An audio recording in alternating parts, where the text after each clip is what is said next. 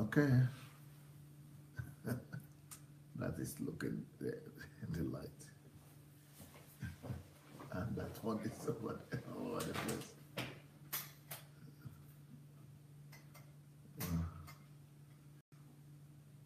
Yeah.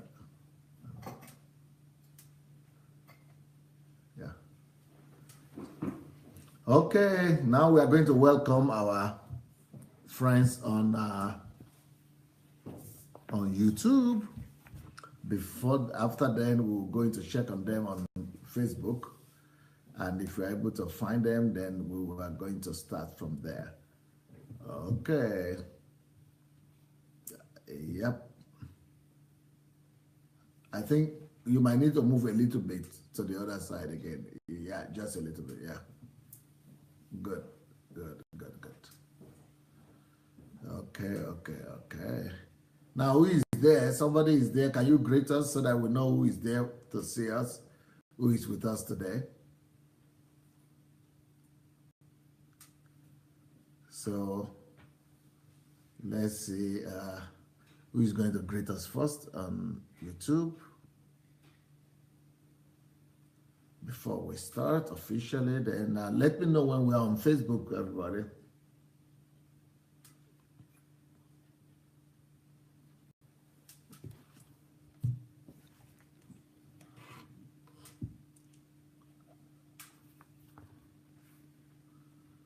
Okay.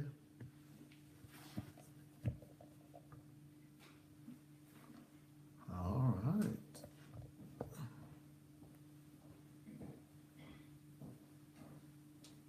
All right.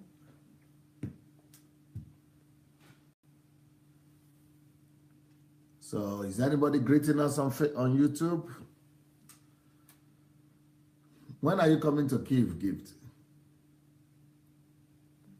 You don't know? When are you coming to Kyiv? I don't know for now. Okay. If you try to remove the handpiece from the computer, the headpiece from the computer, let's try and see. Maybe it will not make noise. Okay, mine? Yeah. Okay, my phone, I won't be able to hear you without the earpiece. Oh, okay. Yeah. Okay. Just remove it and put it. I just want to test something. Okay.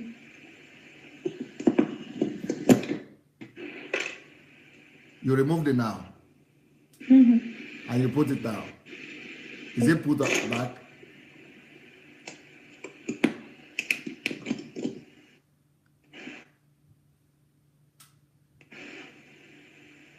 It's not affecting it. Okay, it's okay. You can use it. So who do we have there on YouTube and Facebook? Is Facebook on? Is YouTube? Okay, we are on Facebook, I guess. So who do we have on? Why is nobody greeting us on YouTube? I see people there, but they're not greeting us yet. Okay, let me go and greet the people then on Facebook.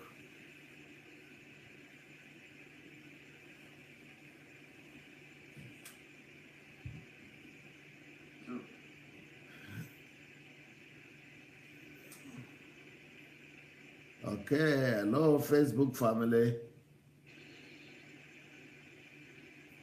Who do we have there on Facebook? Okay, we have Matondo, Francisca, Jane Jones, Monday, Clemsy Clement is here. I could guess as much. Jide Balogo is here. JD. Okay. Babi Shaye Victor. Esther Bobga. Okay. Michael Allo. Udo. Well, welcome everybody. Nice to see all of you. Please go and share the message. Go and share the link and share the message. Go and tag one or two people. And let's welcome as many people as we can today. It's going to be an exciting program. We have a star in the house. The lady we have today, she's a musical star, but a very, very gifted. I mean, and that happens to be a gift, Topsy gift. That happens to be a name. So she's very talented, very gifted, but that is actually a name. So sometimes our parents do give us prophetic, they name us prophetically. So somehow, for some reasons, it worked out very well for Topsy. Before we talk about your what you are doing now and your stardom, I know you come from a humble beginning, just like myself. I tell my story all the time of growing up in Idomila village, and in a village of about 40 houses, and yeah, and how I came from there to become who I am. So I know that you also come from a very humble background like me. Maybe not as bad as mine, but I would like you to start with that. Tell us about your beginning. Hello, Topsy. Okay. Hello, everyone. Good evening, sir. And good evening, everyone in the house, and good evening, all the Facebook fans.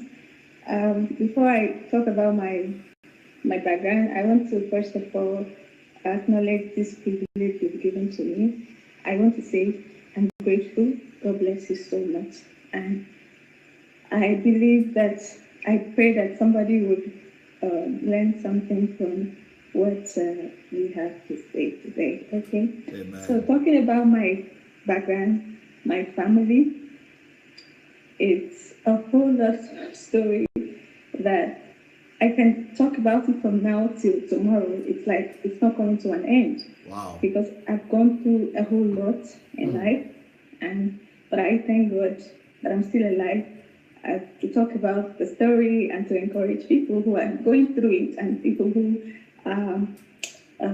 will go through it in the future. So I come from a family of 9, plus my father, my mother, and 6 siblings.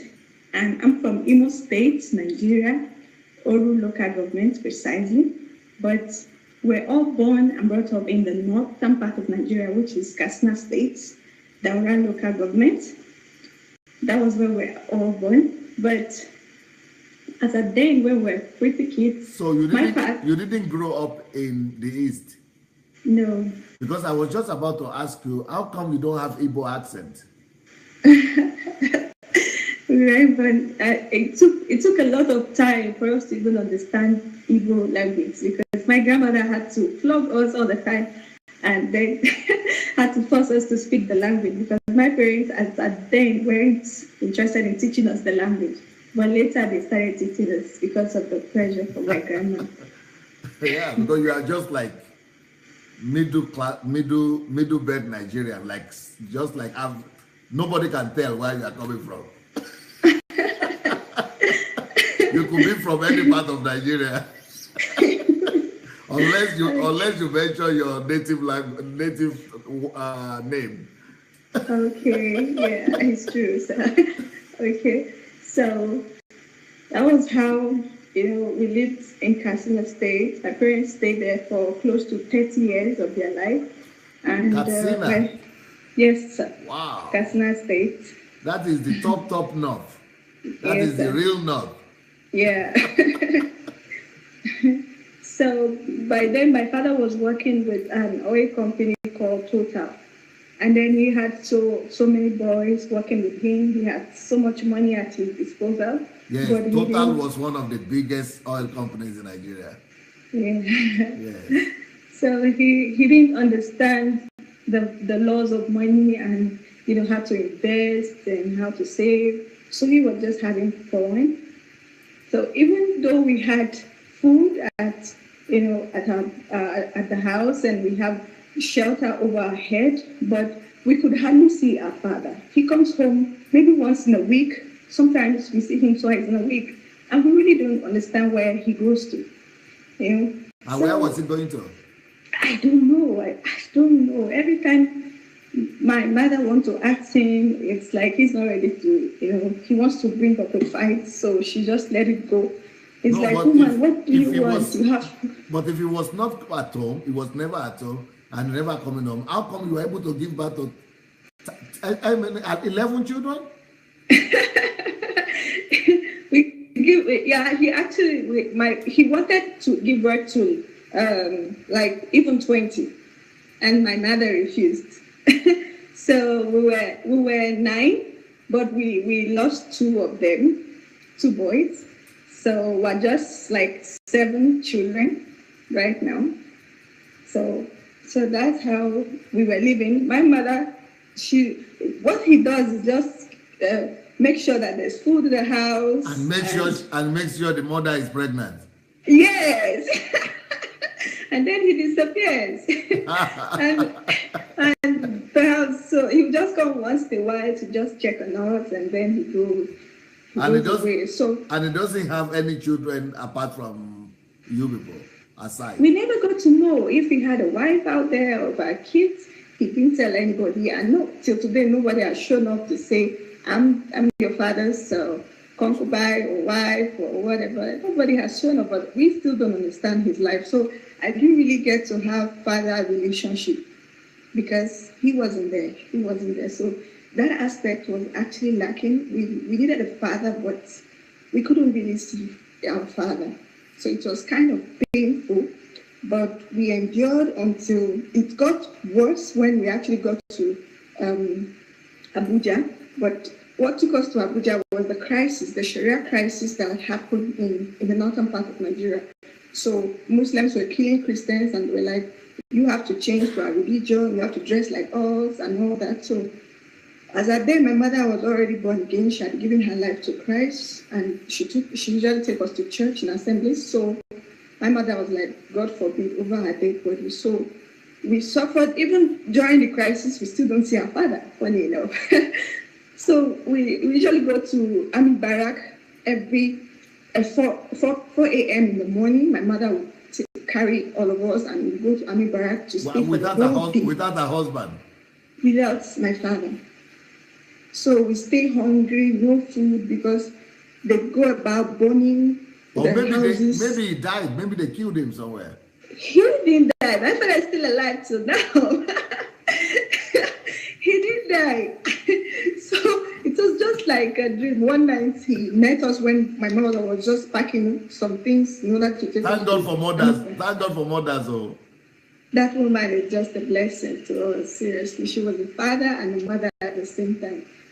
So that was how we usually escape for our lives, because they'll come to your house and they ask you, are you a Christian or a Muslim? If you're a Christian, they kill you, burn you people to ashes and burn your buildings. So my father's fleet of cars were all burned to ashes. So we lost everything we had as at that time. So everybody was just running head-to-skelter, trying to just save their head. That was what happened. So one day we just bumped into our father. One of the early morning we were trying to escape to Army Barrack. And he was like, oh, that he has been busy. Also, he's also hiding wherever he was and all that. So that he wants to go to Abuja to look for a place for us. So when he gets the place, he will then come and take us to Abuja. And that is one good thing with Igbo men. They can talk. They will talk themselves out of any situation. He will give explanation. You will even pity himself. My mother didn't say anything. She agreed. Okay, no problem. Go. You are the man of the house. Go and look for the place. And then he left. We didn't see him. We stayed for weeks, for months. This crisis was still going on. You could practically see people's head, hand, part of body splitted all over the streets. People were scared. There was no market, no food, no school, no nothing. So the people were really terrified. So there was nothing we could do. The only savior we had was that the boys he picked on the streets, that he actually made them to become somebody, were the two boys who came to our rescue, who said to us that they want to help us.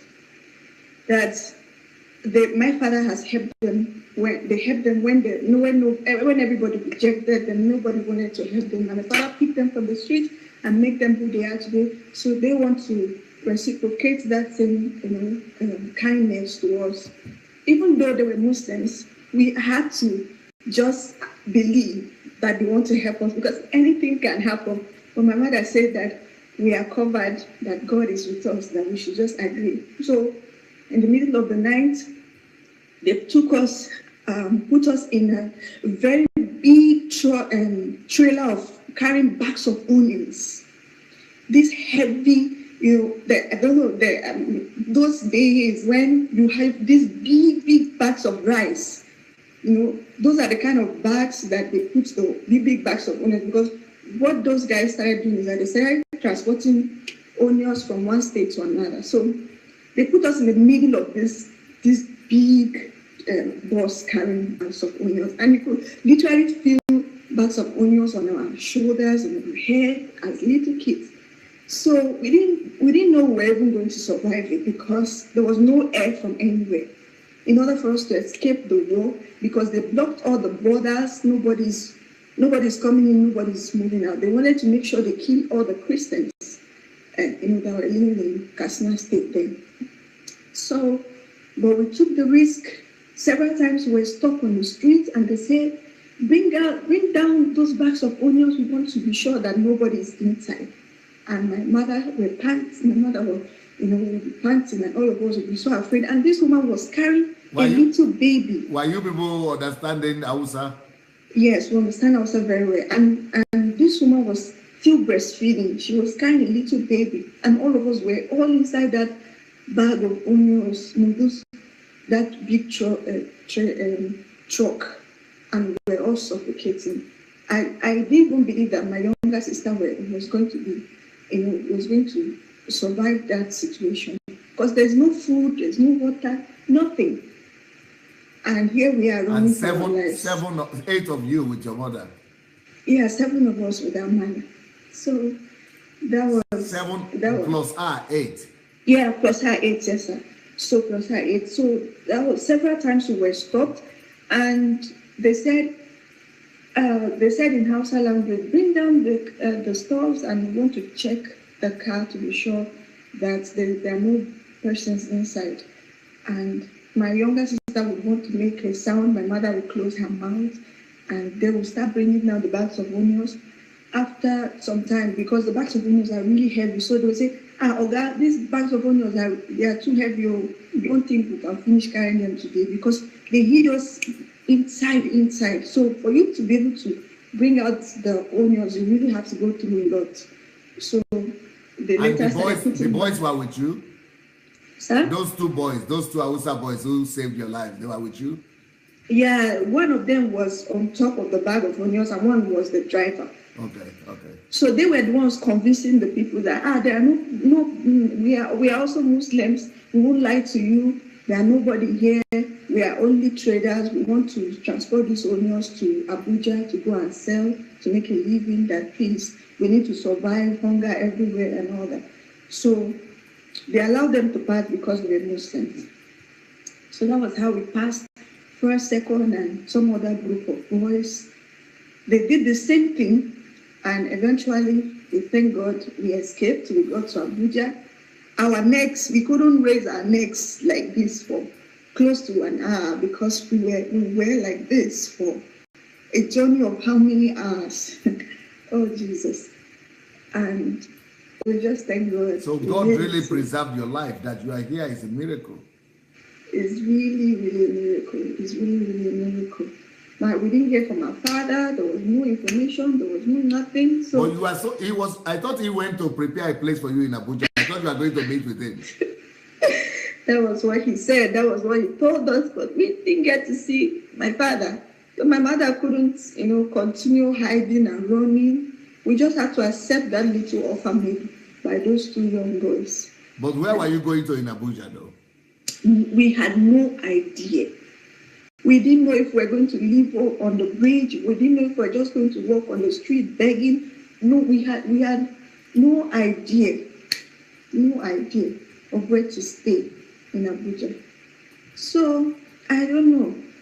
But I know my mother then, when she used to attend Assemblies of God Church in Katsina State, there was this family, Daddy Amusa, who they were then staying in Abuja, and they had their company in Katsina State. So when they bought their company, so they just remained in Abuja. But we didn't have, there was no telephone, there was no way to even communicate to them to say, oh, this is where we are, can you come and pick us and all that. So Were they I don't were know. they were they northern that day Musa, were they northerners? No, they were not. They were Christians. They were also attending assemblies of God. That's how my mother got to know them. So now I don't know how my mother, when those boys dropped us, they say, madam, we are in Abuja, and we were like, wow, we didn't know how to thank them. Even today, if I see those men, I don't think I will remember their face because we were very small, we were really kids. So my mother knelt down, was thanking them, and they said, madam, don't worry. Thank God for your life. Just go home and give God praise. So that was how we started roaming the streets. We didn't know what to do. We started asking people, do you know this person? Have you heard this name before? I don't know. What name? They are Musa. Yes. That was how. Imagine the whole population of only God knows how many, and then you're asking somebody on the street, do you know this person's like, are you okay? No picture, no nothing. So I don't know. Also, I think we went to a church, I think Assemblies of God church. We started asking people, do you know this person? Do you know this person? And then somebody was like, oh, I think I know that man, I know that family. That was how they took us to their house. And they were so happy. They housed us, they gave us food, they gave us shelter. They were so excited that we made it. So they said, where is your husband? My mother said, my husband is still looking for a place for us to stay. Are you are you the senior person in the family? Are you the senior? No. What number? I'm just the third to the last born. My elder sister then, she couldn't even follow us to she couldn't follow us for the trip that time because it was just too risky. My mother said, at least if they slaughter all of us, let one person be alive. So she had to give my elder sister to one of my auntie, just in case any of us died, let somebody represent the family. So that was how she was so excited. We're like, our father is here in Abuja, but we don't know where he is. So eventually, they later located my father, and then the people actually gave him a driving job and said, oh, in order for you to take care of your family, take this car, become a driver to help your family. After some time, he drove that car. After some time, he started complaining, blah, blah, blah, blah, blah. He gave out the car, he didn't drive again. The people collected their car, and then we went to live in a bamboo house. It was not a block house. So that was how the suffering started. We started suffering. Everybody dropped out of school. There was nothing like school. Well, what was your dad doing? He refused to even do anything. He was living with you? Yes, he refused to do anything. So what my mother couldn't take the load, the workload was too much for her. So we had to go into farming. We have to be farming in order to sell some of the products. What was your mom doing before in Katsina? In Katsina State, my father refused her to do anything. She was not working? Yeah, she wasn't working. He was like, you have food, you have everything you need, why would you work? So I just wanted to sit here and just take care of the children. So she wasn't doing anything. She wasn't just doing anything. He was providing that time. Yes. But now he is the one who was not doing anything. Yeah, he wasn't doing, and he wasn't ready to do anything. He wanted to just continue that life he used to live, the big man life that is no longer there. And he wasn't ready to face reality. He wasn't ready to face reality. So he abandoned everything. He was like, I can't do anything. I can't start from the scratch. So what are you going to do? How are we going to survive? He said he doesn't know, but he can't do anything. So in order for us to survive, we had to go into the farming, and that was how we started farming. We did a lot of things. We were selling stuff on the street without good clothes, without shoes. we were selling on the street in order to help our mother make some money. For years, we weren't going to school. You aren't going to school? We weren't going to school. For years, we weren't going to school. There was no money to train. There was no money at all. But Even the free education. How come you are speaking good English like this? I got to learn from other people, because then I remember when they sent me to go sell something. After I finished selling a little, I would go to these government free schools, and then I would stay at the window and just be looking at what the teacher is teaching the students. Sometimes they chase me away and they say, "Oh, what are you doing here? You are not with the uniform. You are not our students," and all that. So I'll trek back home. I'll go tell my mother that I want to go to school. She'll say we should be with her little by little. We'll go to school. But will it be possible for us to invite that woman here one time? I want to see her. Cry. Be free to cry. Don't be shy about it. She'll be so glad.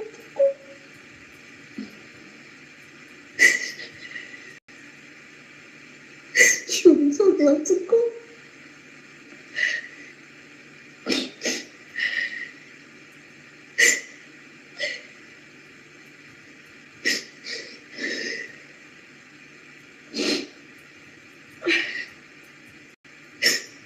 So that was how we sang. We would stand on the street for hours, not minding whether or not we'll even come back, because there are a lot of things that happen on the streets.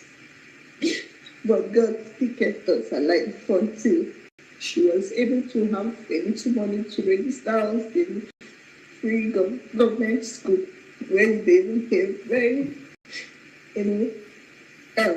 less amount of money, but we couldn't all go at the same time. So when we have to sacrifice for one person to go, after some years, another person joins. That's how we were able to gradually go to government school. And funny enough, even while we were going to the school, in the morning, as early as 3 a.m., we wake up and pound this thing they call fufu. They call it akpu in Igbo. I'll go and supply it to restaurants early in the morning before I start trekking to school. Every time I'm always being flogged because I always come late to school.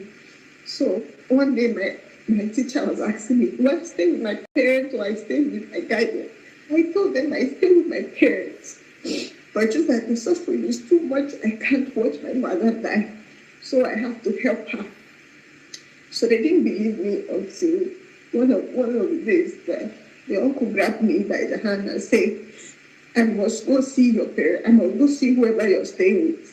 And I took him to my house. When he came and saw where we were staying, he couldn't hold his tears. And since then, he stopped flogging me. And I was never a dull student, even while in school. To the extent that our teachers will see our result, even the principal, and he'll be wondering how we do. We do very well. I remember two of my sisters had parallel A's, that they were double promoted in school, even with the poverty. But we were all encouraging ourselves every day, telling ourselves that it's going to be well, everything is going to be fine. That's just for a minute. So while our father refused to help, we were still helping ourselves and helping our mother, knowing that one day everything will become a story.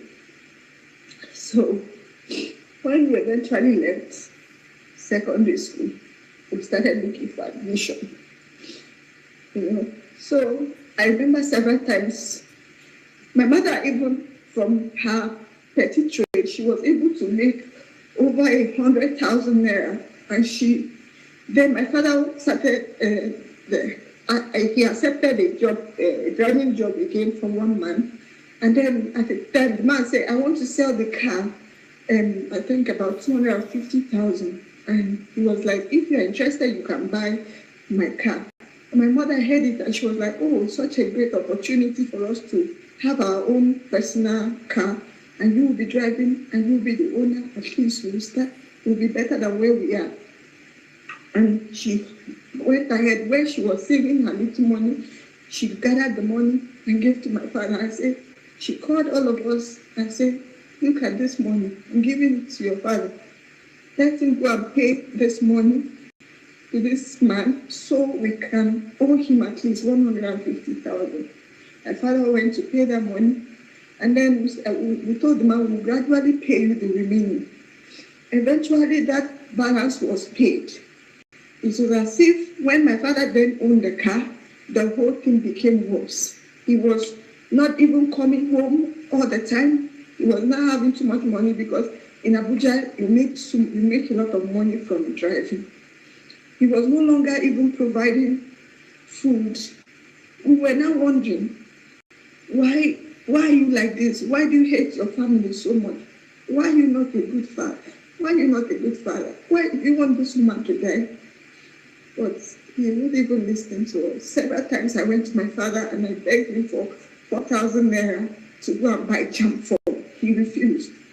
Immediately I left secondary school, I started working because I knew that if I don't, I am just going to keep suffering and nobody will care for me. So I had to, the very day I finished my work was the day I got a job in the supermarket, and I started working as a sales girl in order to help my parents.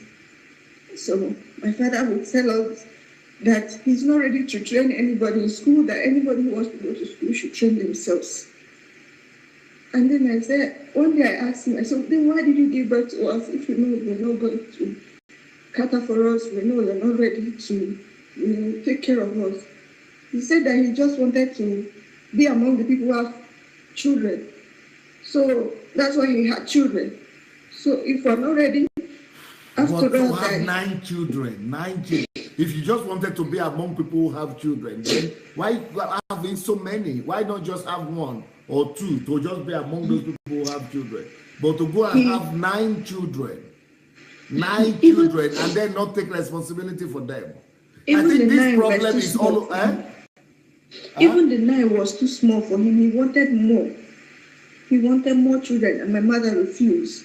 And that's how they keep. So for him, children was like cherry, like apple, like fruit. Yes. And there was a day he publicly told her that he wants 36 children. 1 will represent each state. I don't understand how one will represent each state. He's just playing game. Oh God, my father. I just know that I have it. But we have a lot of those in Nigeria now, especially in the north. People giving back all the time. But in the south too, all over Nigeria, people are giving back, but they don't even think about responsibility. So this means we have to educate our country.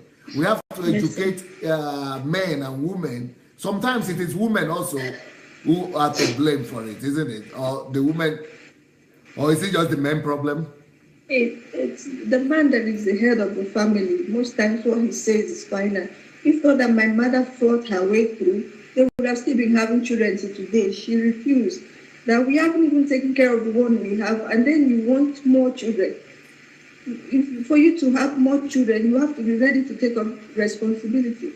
So I'm not seeing you taking responsibility, so I won't be ready as well to give birth to any children. So they were always having problems with that issue. And so what age did you finish secondary school? 17? At what age did you finish secondary school?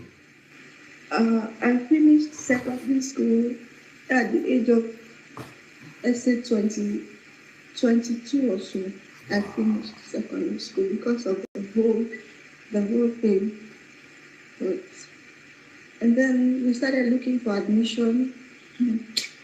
With our corrupt Nigeria, all the jams I wrote, I paid for, I have never gotten jam less than 200. I've never failed my pursuit, but there's never admission for us. You wanted to get admission for what? I wanted them what course? What degree? Okay, I wanted to study economics. Okay. At first, I wanted to study mass communication because I used to watch people in the news. I just like the way they talk and the way they dress and all that. But I didn't get several times, so I had to change because again, also I used to like economics in school. So I wasn't getting. There was no admission. The last time I wrote in my state, Imo State, I got a second best student, second best highest student, but I never got admission. In JAM. No, in Positiemi. What is that? Positiemi is like after you finish writing JAM, you go to the state where you register for that, the state where you want to study, the school, you write another exam in the school. So we're over 5,000 candidates who came to write that exam. And I got... What state was this? Imo State. And you were the second best? Second best student, internet. But there was no admission. My name was omitted. First list came out, second list, third list. I was crying. Nothing. There was no admission. They just keep selling your result. It's like you're working and somebody is taking your result and selling to the rich. So I cried and I said, I won't write JAM again in my life. It seemed like God doesn't want me to go to school. So I was tired because all the money I make from the sales girl, I go put it in, you buy JAM form for 4,000 naira, you do thumb printing registration for 2,000. How much do they pay you?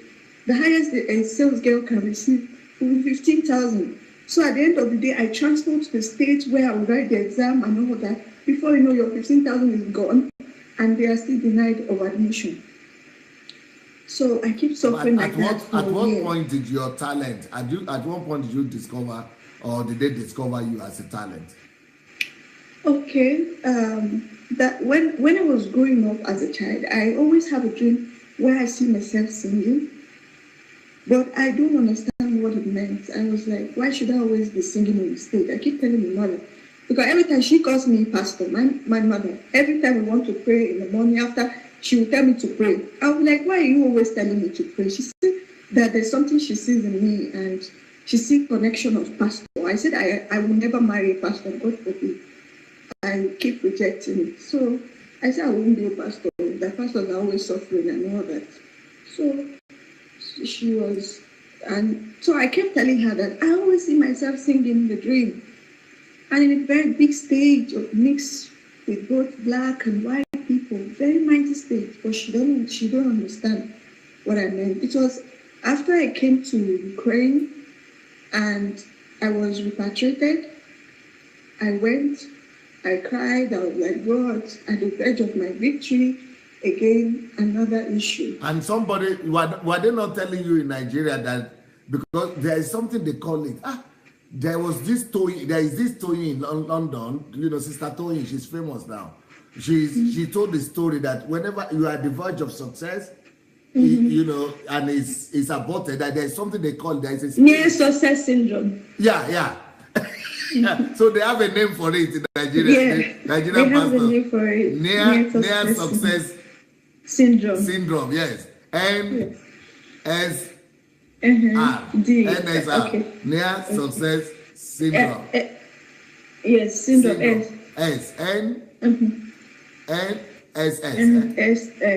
NSS. Near success syndrome. And they said it's a spirit. Yeah, they said it's a spirit. Even though there is something like that, near success syndrome, but it is why should they call it a spirit? I don't know, because mine wasn't just a spirit. So when you got back, when you are repatriated from Ukraine, yes, I hope you didn't meet any pastor that came to tell you that it is near success syndrome. What even happened is that they did not even believe that I came to Ukraine.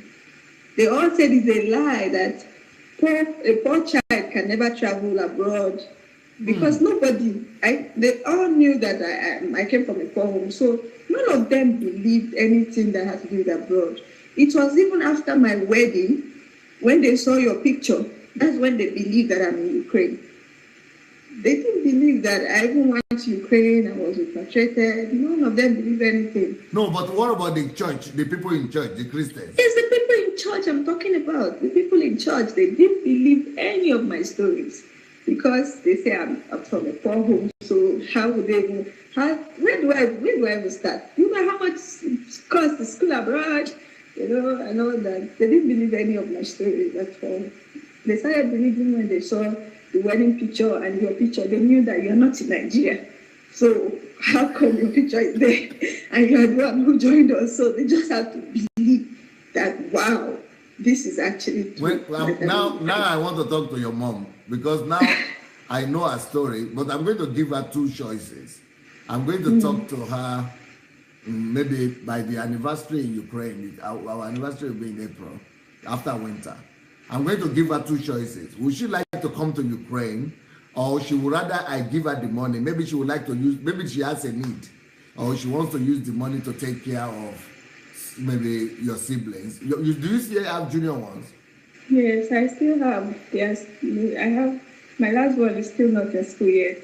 I have a brother, just one brother, and one other with my sister. They both school in Ekiti State University. So how are they? How is your daddy paying now? Till today, not one kupe, no one naira comes from my father's pockets. It's not. Oh Jesus. Hey. But is your mother having a better place now? I hope she's no more living in that bamboo house. The house right now, it's not really different from the bamboo house. The only thing, the difference is just the block. But the suffering is still there because there's no help from anywhere. So we're just still struggling. In fact, some of my brother and my sister that are in school, they will always tell me, I need money for this, I need money. They thought also work. I told them, I'm also a student. Don't worry, when I get money, I'll send to you guys. But it's going to be fine. So even them that are in school, they are the one trying to also, because once there is holiday, either my sisters they come back and try to hustle for money in order for them to pay fee for handouts and pay rent and all that. Before that, today, it's not ready to do anything. Okay, what about this is your talent, but you started singing in Nigeria. I even saw a video clip of you. Yes, sir. So it was when I came back, when they repatriated me, I came back.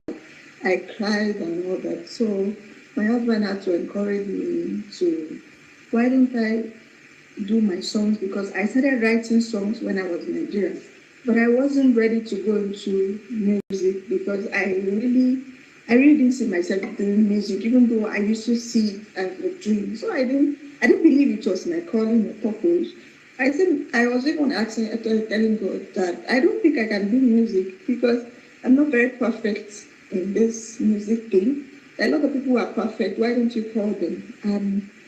So he was one who kept encouraging me, and so why don't you give it a try? So I said, okay.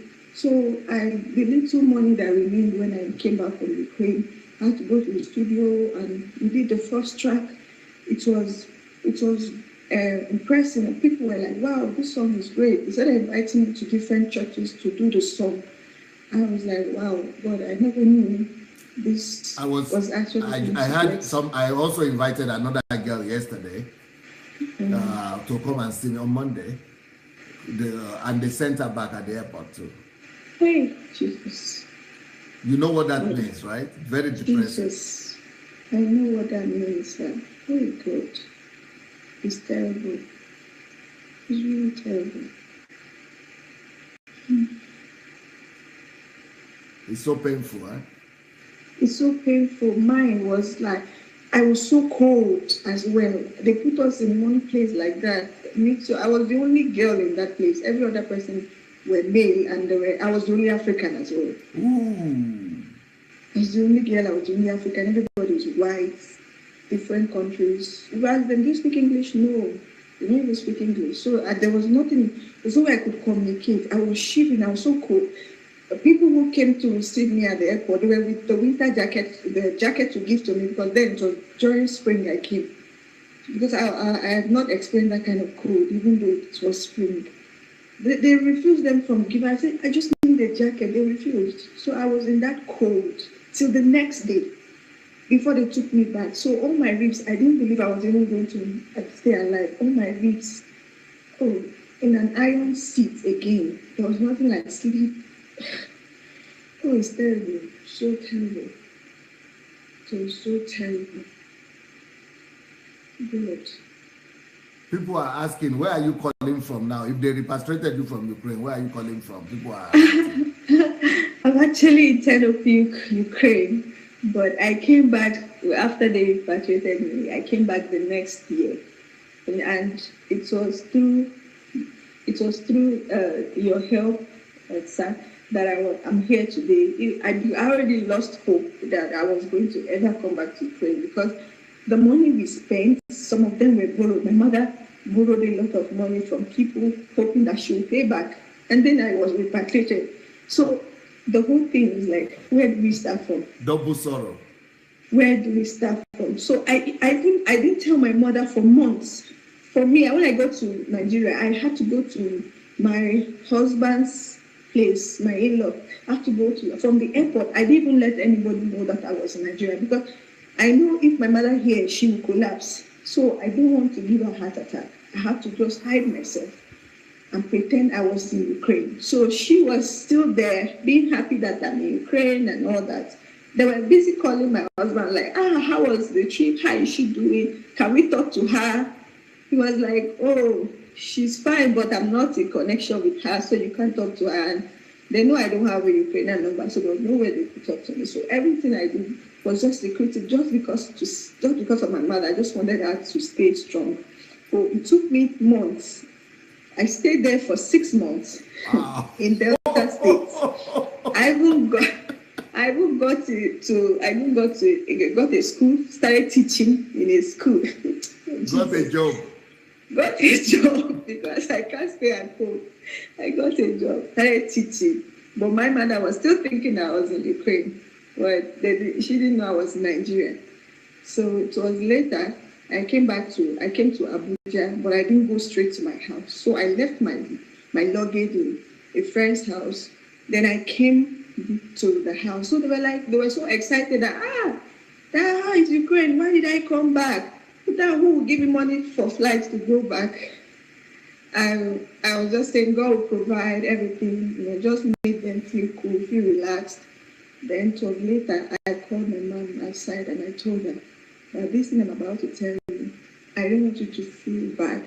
I don't want you to feel worried, because we had already started the process, because God had already used you to send us some financial assistance. We had started some processes all over again. So that was like a hope given to her again. So she couldn't faint, she couldn't collapse, she couldn't hold it. But I told her that we already started. See where I've gotten to. I've gone to, do some of the papers all over again, that she shouldn't worry, everything will be fine. So that was how she relaxed. Because I don't know how to tell her that bad news. She was going to die. I know my mother, she won't be able to hold it. Because it was going to be hopelessness, total hopelessness. And she won't be able to hold it. So that was how. But some people are saying right now that they are thankful for your story, that they are thanking you for telling this story, because some of them are saying you are ministering to them right now, that this your story is ministering to their own situation.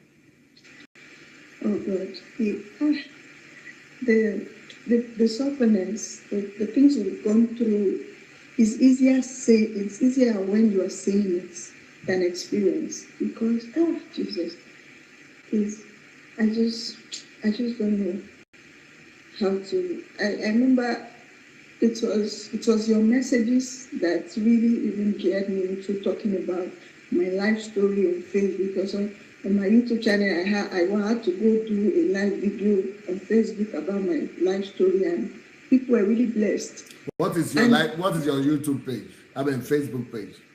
Facebook is Topsy Gifts. Topsy Gift. Yeah, Topsy. Yeah. Topsy. Yes, sir. Gift. Yes, sir. So, and people are so Because some blessed. people want to get in touch with you, but they can write you inbox you on Facebook. Yes, sir. Topsy Gift. Yes, sir. Okay. So, that's the Lord, and it's just been good all the while. When my husband told me that Dr. Sunday Adelaja wanted to come to Ukraine, I was like, it's a lie. I was screaming. I say it's a lie. It's a lie. God, faithful God, it's a lie. I was crying on phone. He was like, calm down, calm down. I said, you don't understand. I already lost hope that I was going to return to Ukraine because the money we spent was something I can't imagine getting even in 1 year, even in 5 years. I don't know how the kind of work that will give us that kind of money again. So I was like, don't worry. I think God doesn't even want me to go to school because I've tried Nigeria, it's not working. I've tried Ukraine, it's not working. It didn't work. So I've just given up on life until you brought back hope. You brought back hope to us. And my mother was so happy. Every time she prayed for you, she prayed for your family.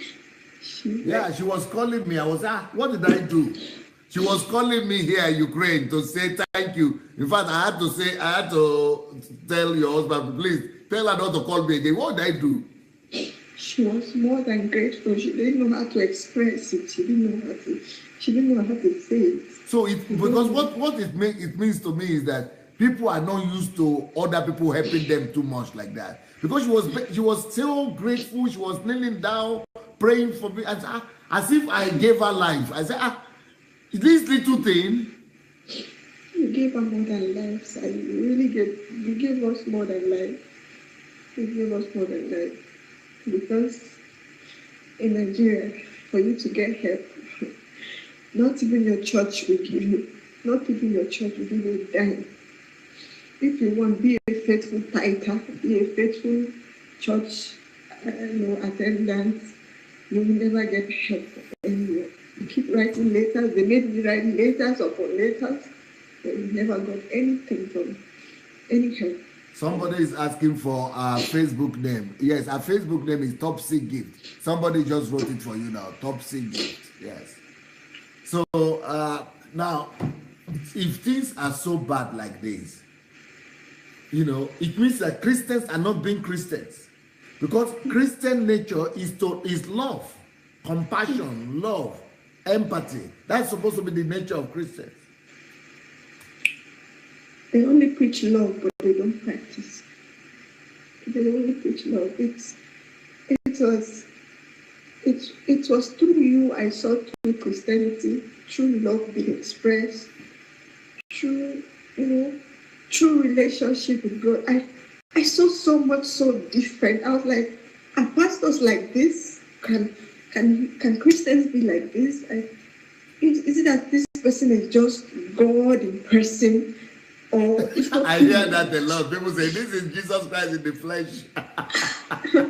Sometimes I used to tell them, I don't think pastor is human. I think pastor is not from this earth. I think he's from. I hear that almost every day. You are just. Topsy. Somebody is saying you have many Topsy gifts. Which one is your own? With the photograph or what? What is the photograph? My photograph is there. Me and my husband's photograph. Two of you. Yes. On the what do you call it? The wedding picture. Yeah, the traditional wedding picture is there. Okay. That's the one they will see. Yeah, they will see. Okay. So what do you mean that it is when you got me now that you discover what is Christianity? What do you mean? But you are going to church. You are singing even in church, right? I was singing in church for years. I was always leading praise and worship in church, but I didn't see real love. I didn't see it. I just felt that Christianity is all about or being a Christian, or being able to be accepted by God is when you go to church all the time, you give your tithe, you give your offering, you know. But when it comes to showing love, the real love that Christ preached, it's So not the been practiced. Christianity you know is the one that just takes from people, that Yes, milking people.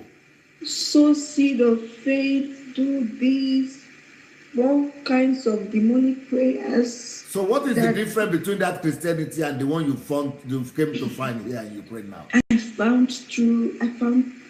practical Christianity here. I found true Christianity that shows true love, that that brings out the other side of God, that God is not limited. It brings out reality. It teaches you purpose. It teaches you, time, how that walk and time is so important to God and to man. I was like, wait, who tells you this? Who teaches you about purpose, about time, about no, we read in the manual, it's just a prepared manual. We read manual of law, we teach manual in Sunday school, and it's just law.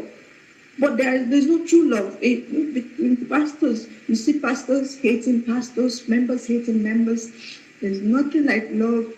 People want to get something from you before they give you something. People don't really give because it is it is commanded of us to give by God. They don't give from a pure heart. There's this hypocrisy, there's this atmosphere of hypocrisy that people want to give for show off, so others can praise them just in the public. But when it comes to private, they don't want to associate with you giving you even a dime in the private without taking advantage of you. So even right in the church. So there's just a lot of things happening in church. I was like, God, what is happening? Because even till today, Assemblies of God have parted ways. There are now two kinds of faction of assemblies, the new and the old. What are they fighting for? Money.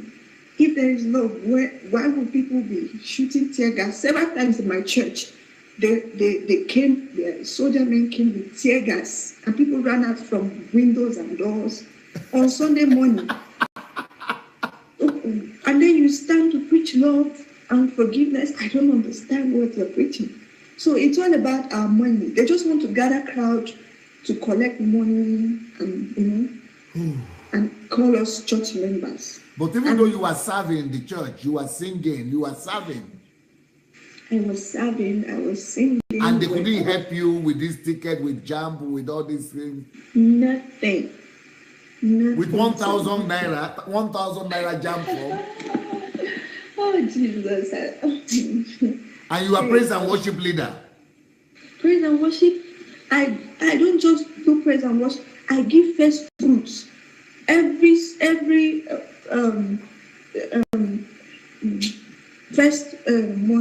first day of the month, as I receive my salary, I give as first fruit everything. I don't remove a dime, because we were made to know that when you give your first fruit, God is going to bless you all through the year. So I had to trek to the office. I had to starve myself all through the month, just so I can be able to maintain in order to get another salary. I give everything without taking a dime from it. Even though you yourself didn't have anything to use for? We didn't have anything, but we believe in giving. We believe in sowing. We believe in tithing. Because they have brainwashed all of you. Because you are not supposed to be giving from what you don't have. Yeah. You are not supposed to be giving when you yourself cannot provide for yourself. The Bible says anything you want to give, it is accepted only when you can give, or you are giving from what you have, not from what you don't have.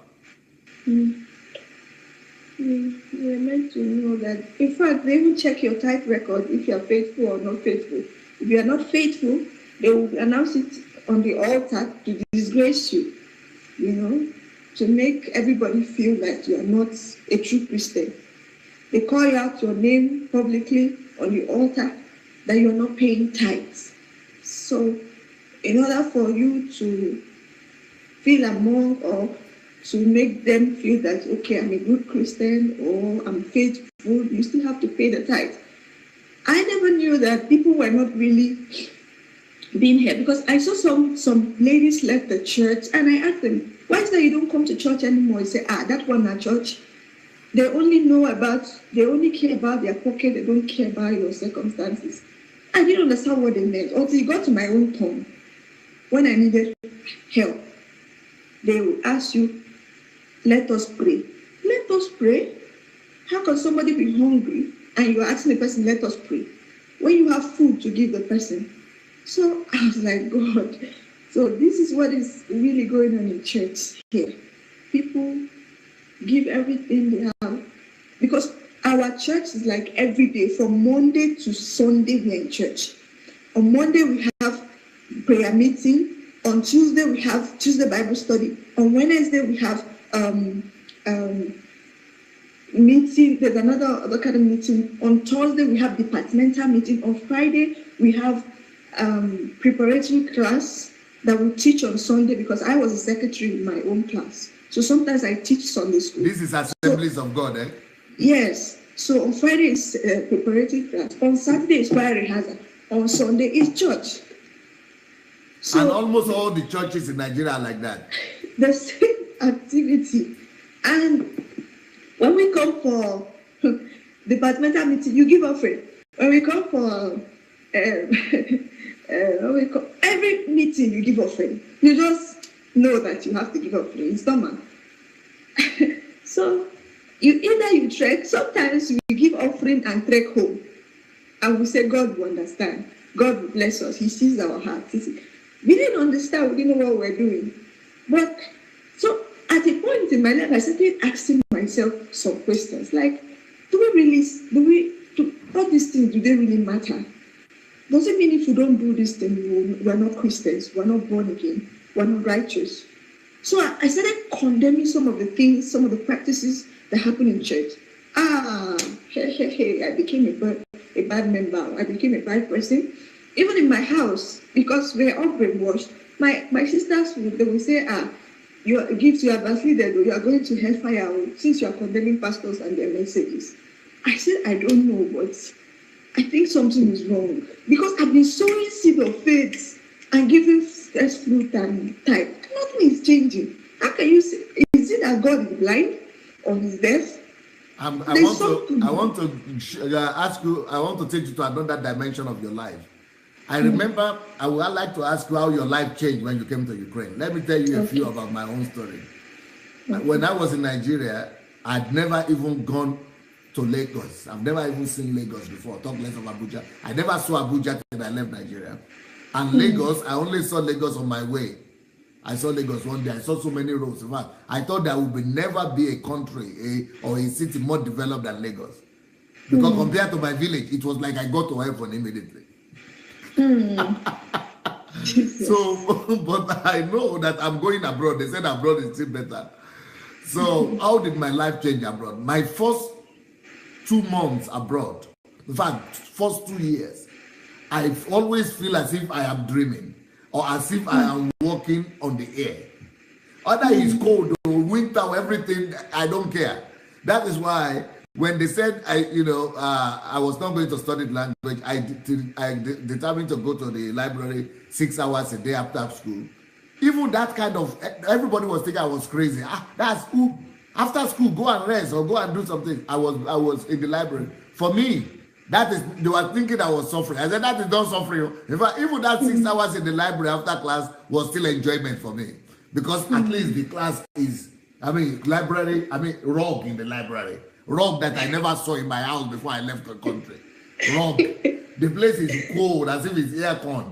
I say aircon, then the library. Aircon that I never saw. Only one time in the car. So I don't know how if it's like they rescued me from hell. That is how my own was. So I want to hear your own story, because since we are coming from the same poor background. Yes. thing. I was even thinking that when I come to Ukraine, it will be a street of gold. I don't think people will be walking on land. Maybe just air. I wasn't expecting to see anything less. I was like, wow, Europe. I'm going to Europe. Starting from the time I got into the plane, I've never entered plane all my life. And when the plane started going on, I was like, God, God, God. As if the thing was shaking like that. I was like, God. It's like we're going to crash. Like something is not right. And people that everybody that entered plane first time always felt like that. People that were in the plane knew that I was a Jew girl. They knew that I was a newcomer. I've not entered plane before. Even the food they gave me, I couldn't eat because I didn't understand what they gave me. So I was just behaving. I too, I couldn't eat the food they gave me. But the other person was near me. The person has been traveling before. And when I said I couldn't eat, he said, don't give them back or give me. So I gave him, yes. He ate. They collected my own too. The person sitting close to me collected my own. They ate. I was like, how do you enjoy what you're eating? I don't think that is food. But that is not food to me. So I couldn't eat anything. I only drank water. And even the water was tasting different. I said, no, this is not water. There's something in this water. I was, wow, this water is sweet. For the first time, they say water is tasteless. Well, this one is tasty. That's the kind of feeling I was feeling too. It was so nice. I was so excited. This is the kind of water we're drinking. There is life in this place. So when I got to the airport, because the water in Nigeria is not always as processed. That's why it's tasteless like that. Water is not good, not very good at all. So when I got to the airport, wow, Jesus, I was so excited. Like, God, see the floor. I was even trying to see myself in like a mirror. Like a mirror, it was shining. I was like, God, see how this floor is. I was so excited. I was just looking around. Yeah. My passenger, you can go. I was like, yes, I'm going. I'm just so excited. So when they finished when they finished checking my documents and I came out, I was like, wow. So I'm in Europe. I was so happy. I was like, God, I made it finally. I was so happy. And then I didn't even struggle. I got into a car. That came to pick me from the airport. The school authorities sent their people to come pick me. So they drove me all the way to school. I was just feeling like a celebrity. I was just sitting at the back of the car. So yeah, because especially remembering the past. Because in my own time, when they were picking me like that, I was remembering where I was coming from. Jesus. I was like, so I'm not going to be seeing those things I see in Nigeria. Poverty, suffering, smoke. We were cooking with firewood. There was nothing like electric, gas, gas cooker and all that. So I was with firewood, to the extent that I started having a chest problem. When I went to the hospital, they asked me, do I smoke? I said, I don't smoke. They said because they saw a smoke on my chest because of the constant inhaling of the firewood smoke. So that is my own too. When I was in the village too, we were only cooking with firewood. But in my own case, it was not the lung, but smoke entered my eyes. My eyes were always red, as if I was using agbo or what do you call it? Weed. Weed. As if I was using weed. And my eyes were, in fact, I never believed that. At a point, I had agreed before 19. I left Nigeria at 19, but by 19, I had given up that I would not be blind. I knew I was going to be blind by 20. If I had continued that lifestyle, I would have been blind. In fact, I had assumed that by 20, in fact, I thought I was already blind. But when I left the country, and because my eyes were already messed up, I discovered that I was not blind, and that my eyes are still seeing now. I'm still, up to now, I can't forget it. I'm still surprised. So So that was how, even when I came to Tenepew, when we came to do X-ray, when they did me X-ray, they said, do I cough? I said, I don't cough. They said there's smoke in my chest because, for you to stay in the hostel, they have to do you a proper medical checkup for you to be sure that your health sound. And if any problem, they report back to your school. So the way that they delayed me in that hospital to be sure that I don't have TB. To be sure I don't have TB. So they noticed I don't cough. But they were wondering why I have smoke on my chest. But I knew it was from Nigeria. That thing happened. So later they let me go. But you see now why I have to go back to Nigeria. I have not. I will not live on this earth. It will be as if I have not lived on this earth. Despite everything I have done, it's like I've not lived. Talk less of doing anything. I've not done anything until I go back. Oh Jesus! I have to go back to change the lives of my people like this, people like you, people like this. I've got to go back. If I don't go back, it will be as if I've not lived at all. I must go back, and our people must stop living like this. You know what? I'm going to give my best for it. I'm going to give my all. All those things of using firewood and things like that. I'm going to do my best that in our lifetime it will stop. We will not. Nobody will have to be doing that anymore. Mm-hmm. Yeah. I didn't know what my life would have become if I had continued cooking with firewood for the next 10 years. I don't know, maybe I would have developed a sickness. Because for them to say they see smoke, several hospitals we went, they said there's smoke on my chest. And they said I shouldn't stay close to smoke or around people who smoke. That there's smoke on my chest. And because of that, I always have chest pain. I always feel chest pain. I don't know what is happening. I'm always surprised why we have so many Nigerians who are abroad, and everybody they just want to make a living. They just want to make their life, take care of their life, of their families. But I cannot forgive myself if I die and I don't change that Africa, especially Nigeria. It has to change before I die, because that's my own challenge. That's my lifetime challenge right now. Or maybe it's because God has given me the body, or not what, I don't know. But I just wonder how anybody could just live further after. But don't worry, I don't care how anybody thinks, but we are going to change it. But I want to ask you another thing. Now, it's not just you from whatever problem you have and all this, despite all your problems, I see that you are now the one ministering to all other people, even people who come from better background. Tell me about your life in Ukraine and what you have been doing in ministry and helping other students. Okay, so when I came to Ukraine, you took me and kept me in your house. You fed me, and I felt so much like I was with my family. I never felt any different. And before I came to Ukraine, I've heard people talk about there's this great man of God that is in Ukraine, that God has used so much to transform life, transform Ukraine. He has the largest church in Europe. I was like, wow, I can't wait to meet this man of God. Even though later some people try to deceive me and say I don't listen to him, he might not be a real man of God. I know that I say I will see for myself.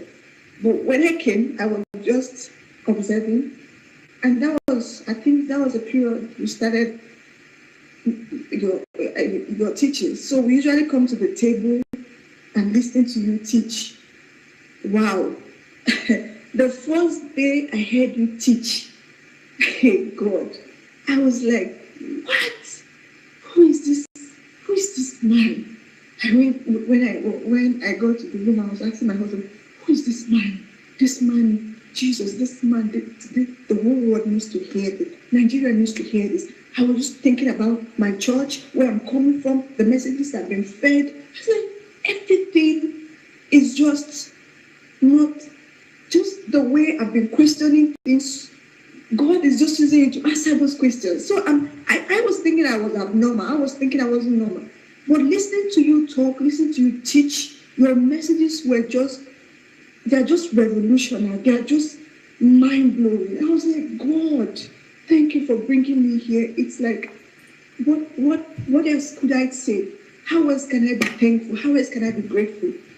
Could there be men of God who are true, who are sincere, to telling people the truth? I was so amazed. So I couldn't stop watching. Every day, we always, come down to watch.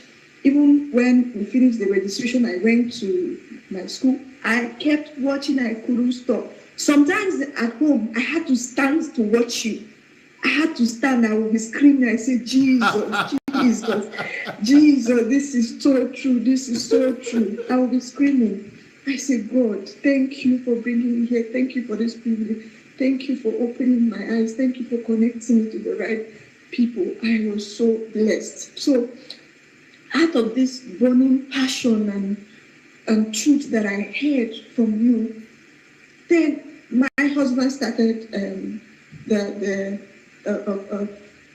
academy called Heroes Academy, where on Sundays, apart from the normal church messages, we give an hour to teaching your messages. We pick one of your messages and teach the church members. So because of that, we started having atheists come to listen, because this message applies to everyone. Yes. They started coming to listen. I was like, wow, this vision, I had to take it, to Tenopi, because they transferred me I transferred from Kyiv to Tenopi. I wanted to stay in Ivano, but they didn't have my course in English medium, so I had to transfer to Tenopi. So in Tenopi, the messages were just so powerful that I started, the very week I came to school, I started thinking of how to gather people, to start talking to them, teaching them the messages.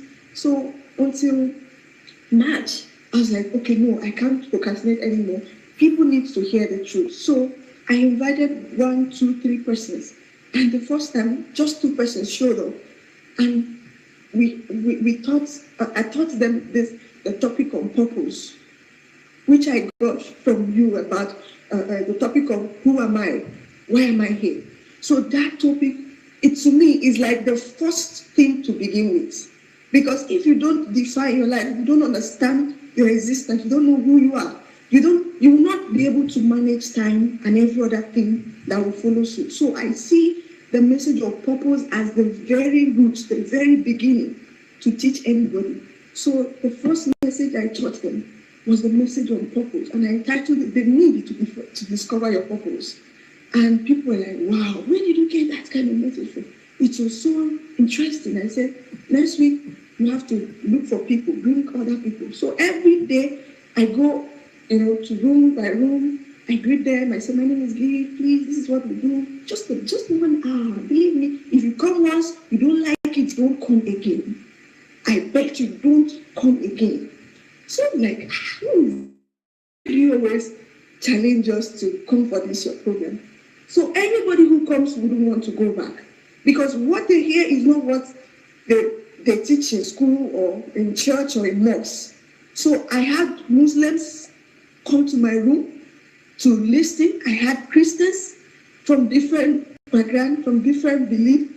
I had even those who say they don't even believe in Christ. They're tired of going to church. That church is all about money.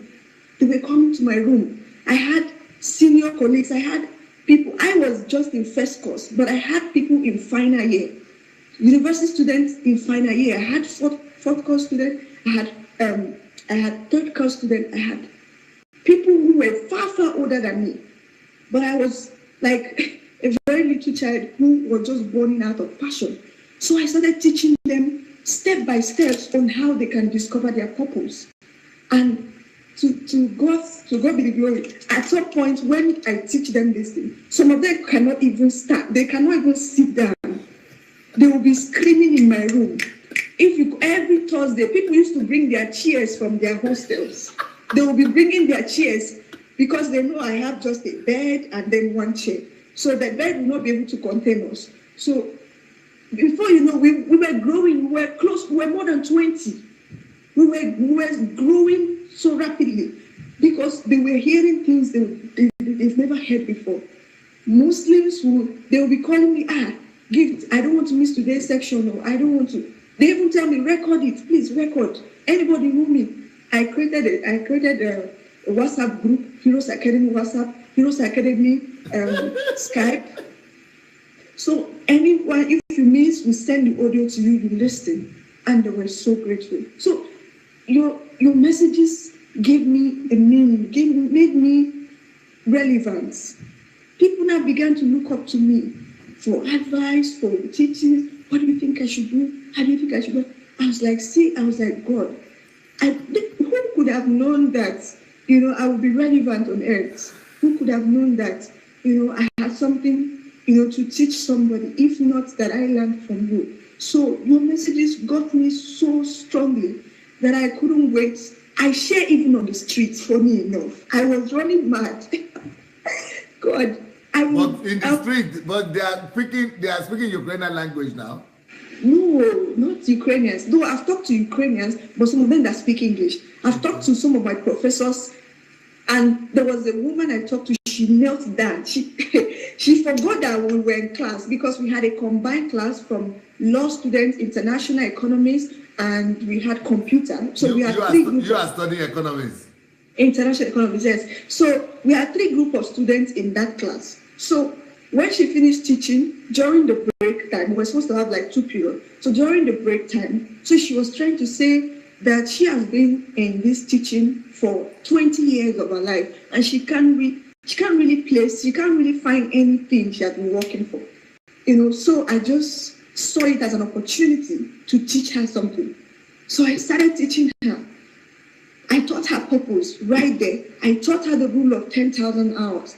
I taught her time management, conversion. I was teaching her, I was using examples. I brought an example of Mark Zuckerberg, I brought an example of Malala, I brought an example, things I learned from you. And the woman started crying in class. This is a professor. She started crying. This is a Ukrainian professor. She started crying. Do you know what?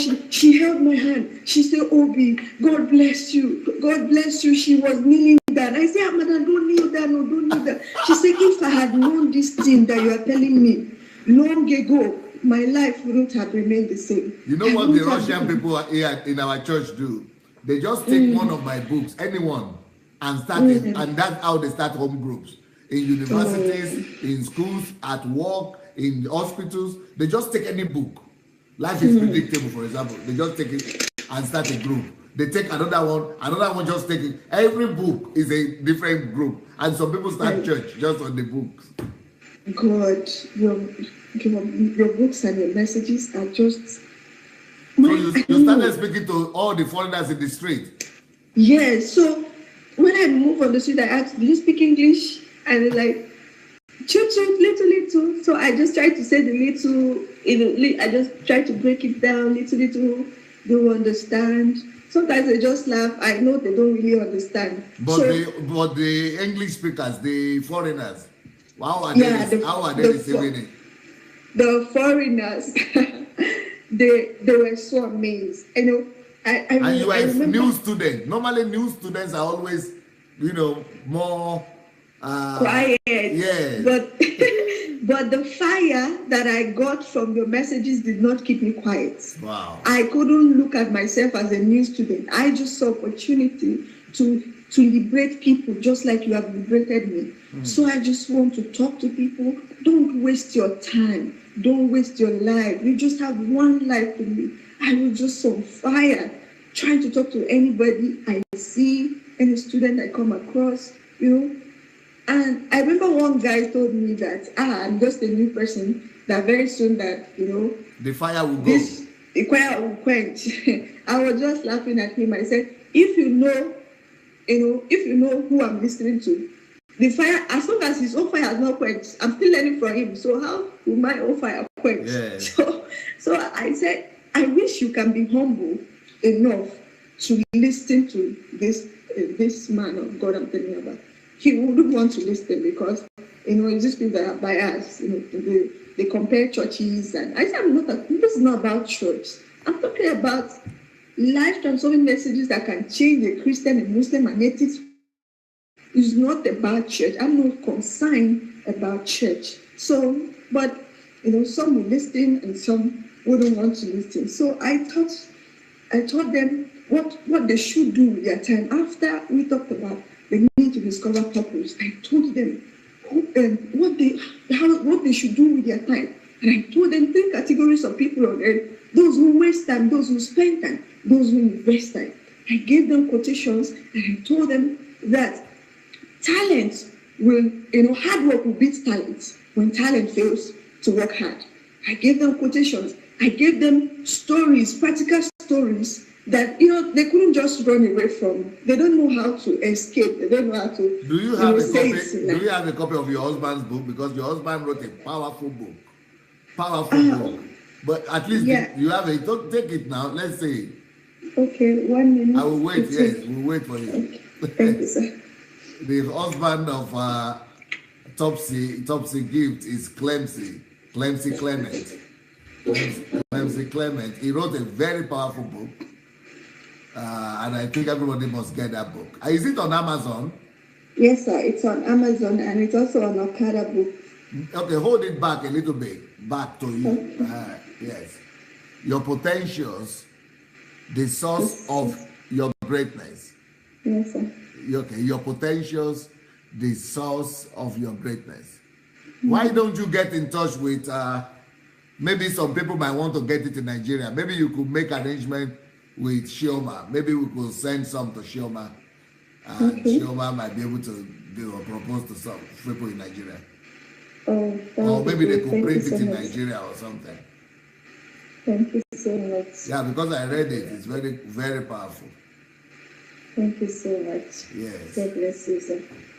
So that was how I kept, teaching. Apart from the teaching, I gave them targets. I told them, you have to.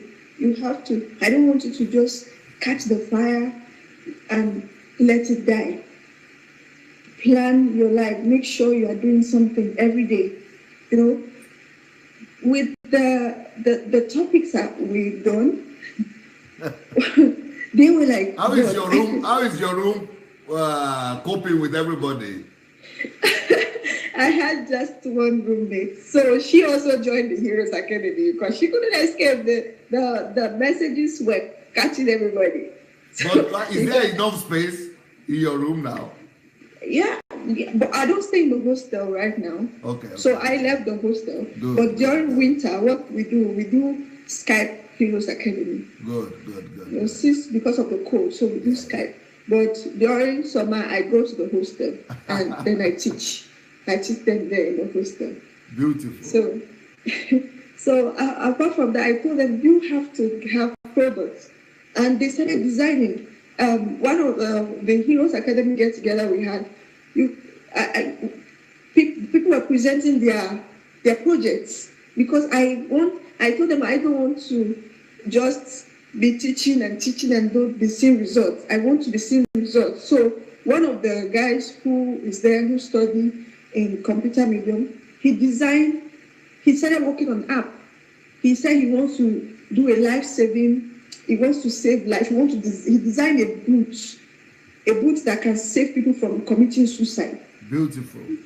So these were his projects, and we're like, wow, powerful one. And he's working on it. And even though he's a Muslim, I still encourage him to do, because what he's doing is going to save humanity. It's going to save people. So I don't care about your religion. I care about the fact that you are using your passion to save lives. Yes. So with time, God will eventually, get hold of you if He wants you for Himself. So I don't push them aside that, oh, you're not a Christian, so we don't roll together. We are family. We are one body. What about people who are abroad now, and people from America, from England, from different places, Japan, Korea, Nigeria, who are watching now, and they are wondering, do you do any outreach, any Heroes, what do you call it, Heroes Academy. Can anybody from outside of Ukraine also participate? Or how do they do that? Is that a Skype or a group or Facebook or what? Okay, we have a page on Facebook called Heroes Academy. So so what we do is during summer we usually do live videos. We pick your messages. We teach on Facebook Live, and we have people join from different places, and we post it on our YouTube channel. So people who are on YouTube still watch afterwards, later on watch. So that's a group on Heroes Academy. We still post those messages on the page so people could watch later on. So apart from even the Heroes Academy, I got the passion of even writing books.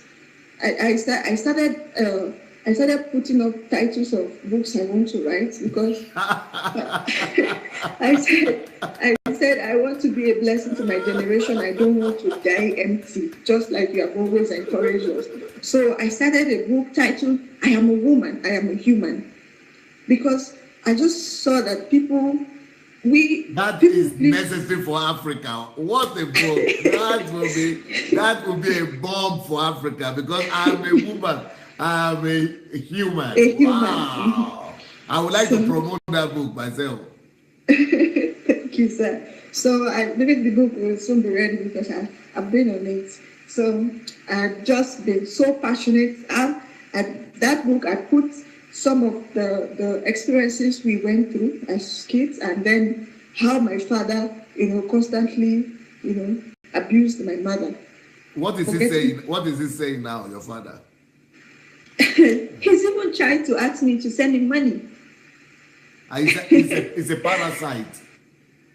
Look, there's Mayo right here. Look how she is. Look, come.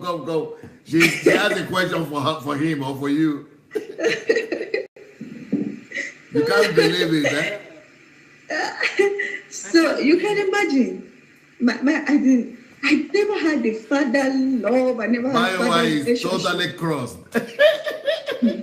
There was nothing like father. I never had one. I used to tell people I don't even have a father. He exploited your mother. Now it's your turn. Yes, it's my turn. To be exploited. But I don't even listen to it. At the time he even said that women don't have value.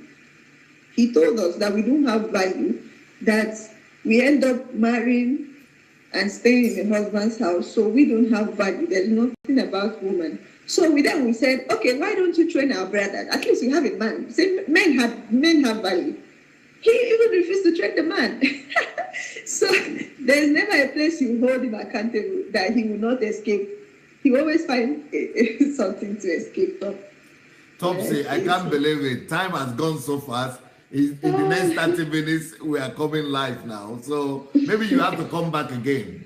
I think Julie might have to invite you for maybe, because it's like we did Kingdom Fruits today. We have to do maybe one of the books or any of the topics again. It's so interesting listening to you. In fact, I don't think there have been so many comments and so many passion of people in this my 7 o'clock program, like with you. People are saying we should do part 2. Even people are writing part 2. We should do part 2 now. So thank you so much. Touching. Thank you so much. Both tragic and comedy and everything mixed together. And I want to thank God that you came, because this kind of story, they remind me of where I come from, and they remind me of my future. It's my personal challenge. I don't care what the government will say, what the government is doing. It's my personal challenge. Nigeria is my personal challenge. If Nigeria doesn't change, I've not lived. But God, if God will let me to live, I bet you, I say in the next 10 years, we will see Nigeria by the grace of God. But God has to let me go when it's time from here. And when I leave here, we'll begin to work full time for Nigeria. It's a pity that right now I cannot start, but once I begin, Nigeria and every Nigerian will feel it by the grace of God. Christian, Muslim, anyhow, something will change for the better. And people like us, you see, we have so much gift, so much much. Can you imagine how people like you have been wasted? People like you have been wasted every day. I too, I was in the village where people are jumping where I would have been wasted if not for scholarship. And many people have been wasted. Like many people are wasted, their millions every day because they are not given opportunity. So when you come to Kyiv, maybe I don't know when, anytime we are going to talk about your mother. Please remind me because I forget. But please remind me. Thank you so much for your time. Thank you so much, God sir. bless God you. bless you. Have a wonderful evening. Thank Bye. you so much.